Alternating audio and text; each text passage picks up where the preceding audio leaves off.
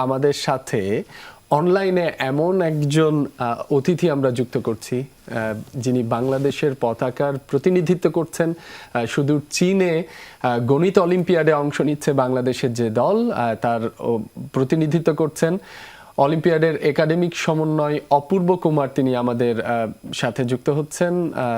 অপূর্ব, শুভ সকাল। আমি শুনতে পাচ্ছি থেকে আপনাকে যে অপূর্ব নিশ্চয়ই শুনতে পাচ্ছেন, আপনি জানাচ্ছিলেন শুনতে পাচ্ছেন। একটু আপনাদের চীনে অবস্থান করছেন বর্তমানে আমাদের শিক্ষার্থীরা, অলিম্পিয়াডে কি ধরনের চ্যালেঞ্জ মোকাবেলা করতে হচ্ছে, অভিজ্ঞতা কেমন ছিল একটু জানাবেন আমাদের বিস্তারিত। হ্যাঁ, আমাদের এই বছর আমাদের দুই ফেজে হইতেছে আর কি। প্রথম ফেজ হচ্ছে গিয়ে বেইজিং এ, যেখানে আমাদের ইন্টারন্যাশনাল ম্যাচ সামার ক্যাম্প অনুষ্ঠিত হয়েছে 2 সপ্তাহে, এবং সেই 2 সপ্তাহ সেখানে কাটানোর পরে আমাদের পরবর্তী সপ্তাহ মানে লাস্ট 3rd সপ্তাহ, যেটা আমাদের হচ্ছে গিয়ে আমরা সাংহাই আছে আমাদের মেইন অলিম্পিয়াডটা সেখানে অনুষ্ঠিত অলরেডি হয়েছে। আমি শুরুতে যদি বলতে চাই, আমাদের হচ্ছে যে বেইজিং এর পার্টে যেখানে আমাদের ইন্টারন্যাশনাল ম্যাচ সামার ক্যাম্প হয়েছিল, সেখানে আমাদের পুরো দিন ক্লাস ছিল, বিভিন্ন পরীক্ষা ছিল, এবং সর্বশেষে পরীক্ষা সবকিছু ক্যাম্পের শেষে আমাদের 2 ডেজ একটা কন্টেস্ট সেখানে হয়েছিল আর কি। সেই কন্টেস্টে আমাদের দেশের ছেলে মেয়েদের মধ্যে একজন সিলভার অ্যাচিভ করছে, 3 জন ব্রঞ্জ অ্যাচিভ করছে আর কি। এবং সেই জার্নিটা পাস করার পরে আমরা লাস্ট ফেজ, যেটা মেইন ফেজ আমরা বলি, international math olympiad 2026 Shanghai China, সেখানে আমরা এসেছি। সেখানে আমাদের অলরেডি 15 তারিখ এবং 16 তারিখ অলরেডি আমাদের সেখানে হচ্ছে গিয়ে অলিম্পিয়াডটি সংগঠিত হয়েছে, এবং সেগুলো স্ক্রিপ্টগুলো ইভ্যালুয়েশন আমাদের এখন চলমান। এবং আমরা সেখানে আমাদের আজকের দিন গেলে আমরা বুঝতে পারবো ছেলেমেয়েরা কেমন করেছে এবং কত মার্ক পেয়েছে আর কি।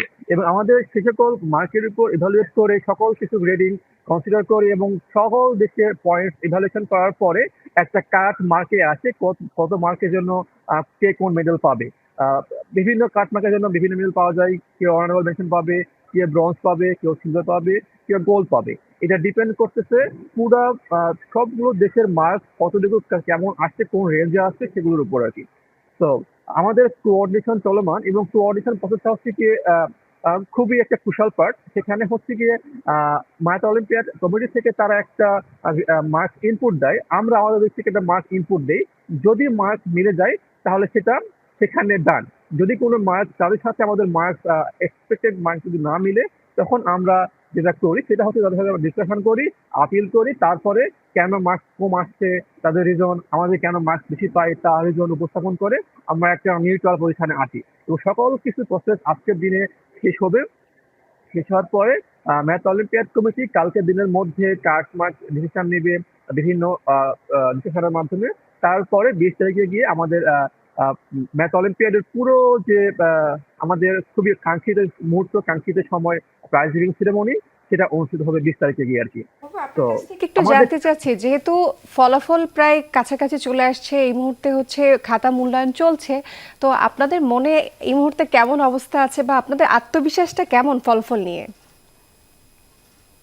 আমরা অলরেডি কোঅর্ডিনেশনে এগিয়ে ফেলছি আজকে আমাদের, কারণ আমাদের কিছু কিছু বা তাদের সাথে আমাদের কিছু মার্কস মিলে না, সেগুলো আমরা আজকে আপিলের মাধ্যমে আমরা কিছু ডিসকাশন করব। আমাদের আত্মবিশ্বাস বরাবরের মতো স্ট্রং আছে। আশা করি ভালো একটা ফলাফল দেশে ফিরতে পারবো, এবং দেশের পতাকাটা আমরা পুরো বিশ্বের মাঝে উঁচিয়ে ধরতে পারবো আশা করি আমরা। গণিত অলিম্পিয়াড যেহেতু কঠিন অলিম্পিয়াড, একটা ধাঁধার মতো প্রশ্ন থাকে, সেগুলো নিয়ে একটু চ্যালেঞ্জ কেমন ছিল, আপনার অভিজ্ঞতাটা একটু জানতে চাই। একটু বলতে চাই, সেটা হচ্ছে গিয়ে আমাদের ম্যাথ অলিম্পিয়াডে 2 দিনের কন্টেস্ট, 3টা করে প্রবলেম থাকে পার ডে, এবং 3টা প্রবলেমের জন্য মোট সময় দেওয়া হয় 4.5 ঘন্টা আর কি, 4 আওয়ার 30 মিনিট আর কি।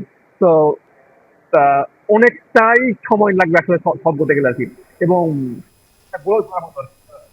অপূর্ব, আপনার কাছে একটি বিষয় জানতে চাই, যারা গণিত অলিম্পিয়াডের মতো বৈশ্বিক যেই কম্পিটিশনগুলো রয়েছে সেখানে অংশগ্রহণ করতে চায় যে সকল শিক্ষার্থীরা, তাদের উদ্দেশ্যে কি বলবেন, আপনাদের পরামর্শ কি, আর কিভাবে অংশগ্রহণ করতে পারে একটু জানাবেন আমাদের।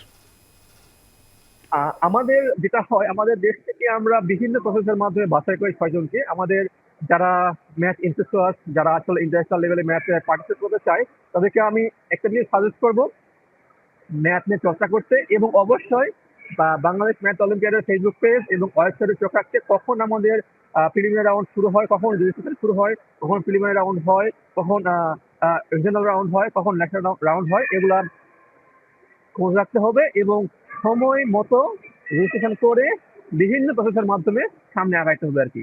তো আমি ম্যাথ ইন্টারেস্টেড যারা আছে তাদেরকে বলবো, ম্যাথ অনেক সুন্দর একটা জিনিস, ম্যাথের জীবন, ম্যাথের জীবনকে সুন্দর করে কাজে ম্যাথ নিয়ে চর্চা করুন এবং ম্যাথ অলিম্পিয়াডে অংশগ্রহণ করুন এবং বাংলাদেশকে বিশ্বের মাঠে পতাকাটা উঠিয়ে ধরুন আর কি।